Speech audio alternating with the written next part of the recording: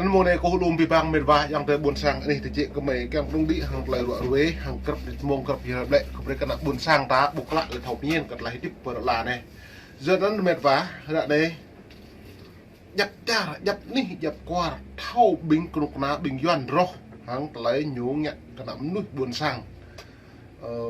nhú bắt thâu rùa không nước yếu khu bí bằng cái nhú ngạ lấy từng tưng dòe rét bờ mút hạt bột cái nhú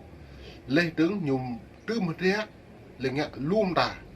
lù rét lấy càng prai lấy plit hít lấy hít cái ta là cái ta po dưới nó lấy có càng rõ rồi này lúc lo có phần đấy mít vá dòng tới buồn sang qua này chừng đây này có một minute mông với đúng đi hàng lời rồi hàng lời phải hình mày màu mạ mong ấy để cho được do hàng lời rồi cớt lại phải hiền lúc nào cô nhu lại lần trả lúc nào Việt Nam một lời ngay lời đảo này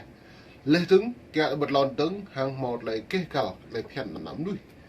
do nó nét lời này do như lệ như boan rim như nào rim như độc ta như lời lần là Việt Nam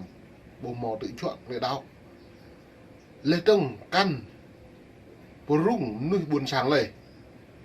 do kết lệ gợt lại này mang lại phải hình lại mày càng rác đi hàng lại y bố hạt tương bính lại đạo bố mốt hàng tục lịch dùng lê trông nhú cứ độ một buồn sang nó lại lứa kẹo đoại hị bổ bề cái độ buồn sang đó sang cái bố lợn là cái bố kẹo đoại hị do nó lại này có càng rắc lại doan bẹ hàng lại pi bằng mệt và đã buộc lại là thầu nhiên gợt lại thì bình cục na công sản nhiều prai plư cái đạo buồn sang này non ta lại này có càng rắc cái pi bằng mệt và yang buồn sang có hóc ác bị khắp lăng ngập nít mông gặp hiện bẹ có mấy một đung đi hàng lại đang nhẹ sạt do nó này có càng rắc gợt lại doan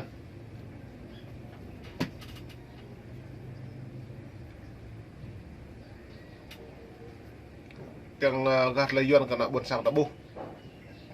nếu như lại gia đình 13 người Hờ Mông bị trục xuất khỏi địa phương vì theo tin lành đạo mà do kẹo đấy đạo có ý đi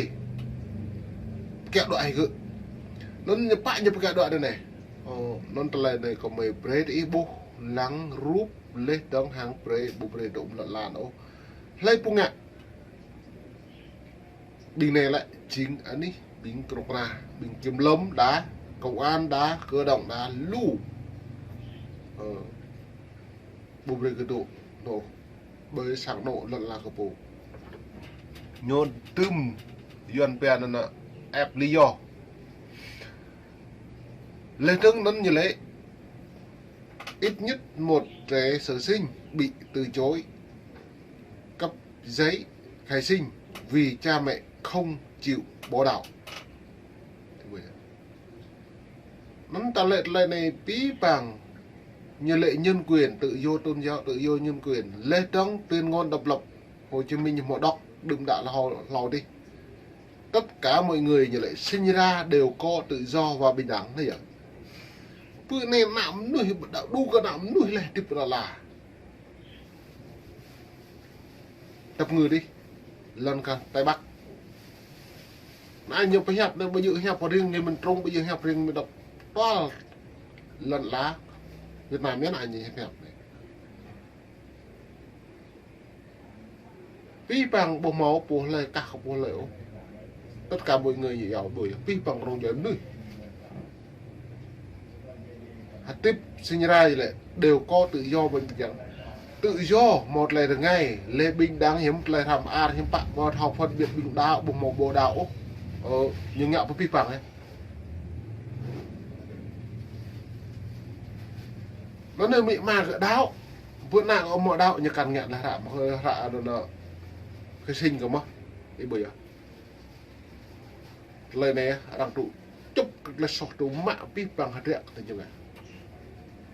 giờ là nơi rạ đây đã buộc hồ bí bằng hạt rẹc có nhiều ngạ nhiều prai cái nhiều phú lợp lức cái nhiều phú lên đó nhiều sự ngạ luôn rắn rồi để đương đã ra lau cho những ngạ luôn còn cúc mà sẽ tốt này tọ mà hồi nay mà nịp nát trứng nhiều bột lái ơi thì ngạ lại luôn Trung Quốc rồi đây những bột học lịch quật lại thiệt này nó mệt vải trong tay buồn sang nó là cầu càng rắc đây đóng Một gia đình với 3 người ở xã Nàng Ngôi, huyện Kỳ Sơn, tỉnh Nghệ An cho biết đang phải đối diện với sự đàn áp khắc nghiệt tới từ tới từ quyền địa phương, tới từ chuyên quyền địa phương vì lý do tôn giáo. Ông Song Bá Thông hôm 15 tháng 6 vừa qua có bàn chương trình cưới Hội Thánh Tin Lành Việt Nam miền Bắc về việc điểm nhóm cả dưới của ông bị đàn áp, mặc dù đã được chấp thuận gia nhập một tổ chức tôn giáo hợp pháp. Giờ thì nó lại đạo đây này, đục mai nhở này, rơi lại đạo này, cắt nhủ, do cất lại, chú tự chuộng mà, do cất lại, chú prong, do cất lại kẹo đoạn mà, do nó lại này mệt vải yang buồn sang, tao buộc hôm nay nên tao của mình lại mút cả nhô này, như mua nghe sát tao mình này vậy. Mà ta một cái ít những nghe sát đồng lên tập pol ta chính ta hay nhô lên chính tập pol này nó đọc mình san ta của mình là pi bằng phận nhiều độ phân biệt kỳ thị chia rẽ nhiều kỳ thị như giàu dân tộc, như giàu dân tộc thiểu số kỳ thị cả ta đun đã lao tự anh cả thầy nguyên hắn này trong hắn này đã bật ta bấm mút thôi bị nhổ giờ nó nhiều mạng cự nhưng mình ta lệ giờ ta bấm mút nhô nhưng mà cự ta như trên mạng lợn là ta với cả tay bắc lại càng mút không lại nhô đấy tên là Hội Thánh Tin Lành Việt Nam và miền Bắc mút hàng tay nhô này chưa hết lại nhu át đàn áp mà lê tướng bắt bỡ mà lê tướng bù prề hộp nhóm mốc giờ này bù này lại bùm ít hạ là lại song bá đây này song bá thông bùm ít hạ này càng thâu pi bằng hạt địa một là cái như lệ đạp của cợt lên song bá thông nên ai nhô bù này là ai nhô ta lại nhô ta anh ấy huyện Kỳ Sơn này là tỉnh Nghệ An rồi bữa đa này lại nhua là chính phủ dạ phận các phụ sợi đi nó nhiệt hậu nhua này lại đùm đã lao nhiều là bon krong bình cục nan nữa nó bon krong là mút hàng thập bồ thì rồi á còn một nạn cộng sản đấy sam rạ này hiếm bạn ta lấy nó bon krong còn cọc bèo sam pi bằng cộng sản bộ càng tụ chùm nuôi các phụ việc hết cả đã buôn sang vất tay bạc vất tay nằm như bố các tôi chung vô cách là như càng huy hợp pi tức nuôi nhẹ giòn nữa nè bố dự buôn sang là như bố năng buôn sang như bố ấy nhảy rồi giáp rồi này lê trống nước tây bắc này lê trống hàm mong nung tây chỉ rai đề phần nào pi như càng tiêu diệt pi cho nên kẹo tôi cơ thì như mình nó như nghe ép cơ hội lý cho nguyên nhân này á đại đạo ấy bố một với nhổ nhiều mạng tự thậm chí nhiều cái gì ngon thuốc độc bụi ấy mút nó nhô lấy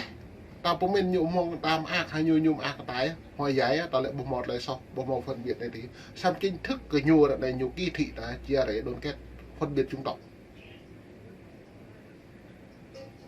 giờ nó mình vả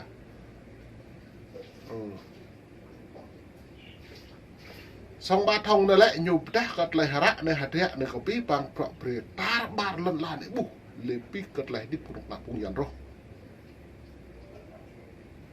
ta lại ơi dạ đừng đã đọc lại thao tuyên ngôn độc lập này lại bây giờ đọc rồi cỡ nuôi lần chặt từ nắm nhộ đọc cỡ nại cho nhộ nó doai như lại run như phụ được riêng cũng nuôi cỡ nạ buồn sang ta lại chỉ đình chỉ đẹp nào khó mong như một đội chung sàn ta là như kẹo tiêu hủy biết không nhé giờ nó lại bệnh này là ví dụ nó đóng bị trục xuất khỏi địa phương vì theo tin lành theo tìm hiểu của chúng tôi, gia đình của ông Song Bá Thông, sinh năm 1996, là người sắc tộc Hmong Mông, sinh sống ở khu vực này qua nhiều thế hệ và vốn tôn phong tục thờ ma của người địa phương. Nó là đùm đạ nó lau tí tiếp bởi là nó tiếp một nút trùm cư lấy nút là sáng nó lập là cái phù